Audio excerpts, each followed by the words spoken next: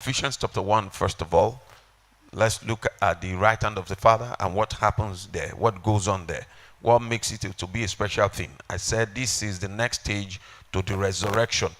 Resurrection is wasted, or rather, the power that raised Christ from the dead, from verse 19, Ephesians 1 from verse 19. The power that raised Christ from the dead did two major things. You don't allow it to do the first thing in your life without doing the second one. You're not going to be a finished product that way. So that power raised Jesus from the dead, and he set him at the right hand of the Father. And what the death of Jesus is supposed to represent is that there is a termination to what the devil has been doing, has done thus far. What the resurrection of Jesus is supposed to represent is the beginning of the new life. So somebody does not die, and oppression continues with him, and difficulties continues with him, sicknesses continue with him. He dies, and those things that are upon him, upon his body and upon his life, died with him. So it doesn't matter the degree of what the devil has done. Death ends everything.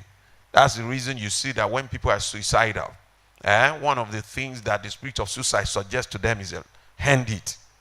So people don't become suicidal because they are happy.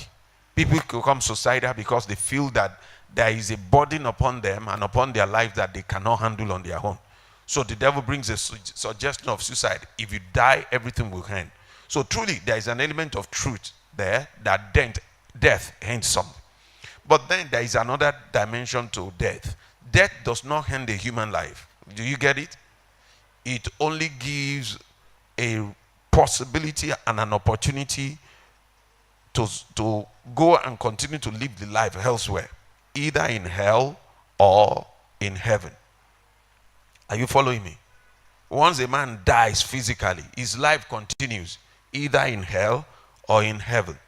Now, we are born again, and the born again experience means that we died in the spirit.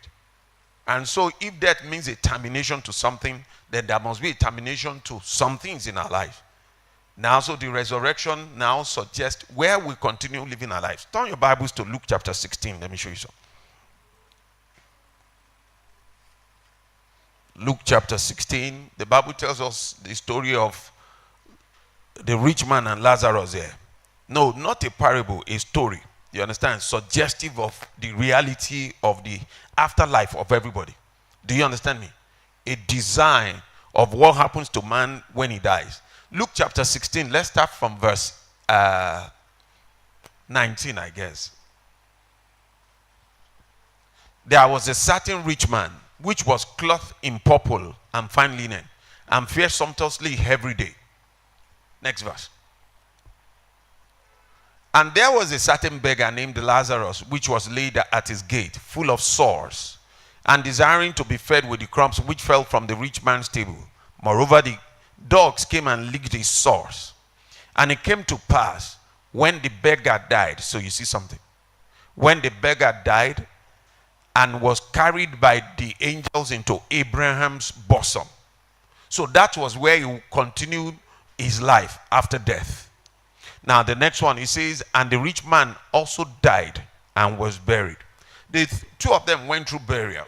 And maybe Lazarus was not buried. Maybe it was the dogs that ate his corpse, because the Bible does not tell us here that he was buried. However, the burial does not suggest where the man heads after death. Are you listening to me? Now look at the next verse. And in hell, talking about the rich man that died and was buried, in hell he lifted up his eyes, being in torment. So Lazarus continued in life in heaven at Abraham's bosom. The rich man continued his life in hell. So now the issue here is in the spirit as well. When we died, the death, being born again, is supposed to translate us into a continuity of a life in heaven. Heaven is dimensional. Hell is dimensional. But what characterizes hell is torment. Now, and in hell, he lifted up his eyes, being in torment. So the things that characterizes hell is torment.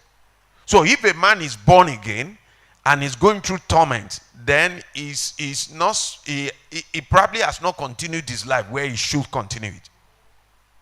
Now look at the rest of the verse. And seeth Abraham afar off, and Lazarus in his bosom. Next verse, please.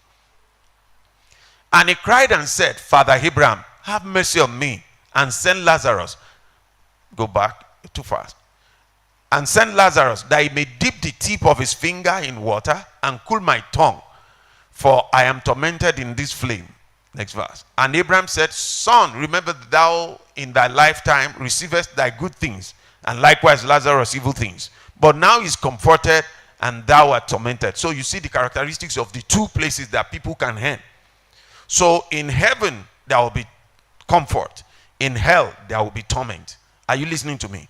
But now if we died, and we died by accepting Jesus Christ in the spirit, the continuity of our life should be in heaven, a place of comfort, not a place of hell. Do you understand me? So now that is the big question to be answered. Why will a believer continue to live a life as though he had headed for hell, when really heaven is supposed to be his destination after death? I'm not talking of physical death, I hope you know. Spiritual death that brought him into salvation. Because our lives personally died. I've shown you Galatians chapter 2 verse 20. Is no longer I that live.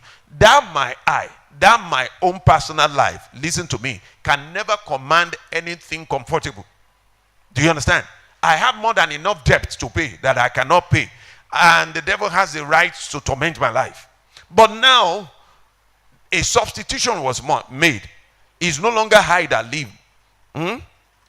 but Christ that live in me. And the life that I now live, I live by the faith of the Son of God. Now, when Jesus died,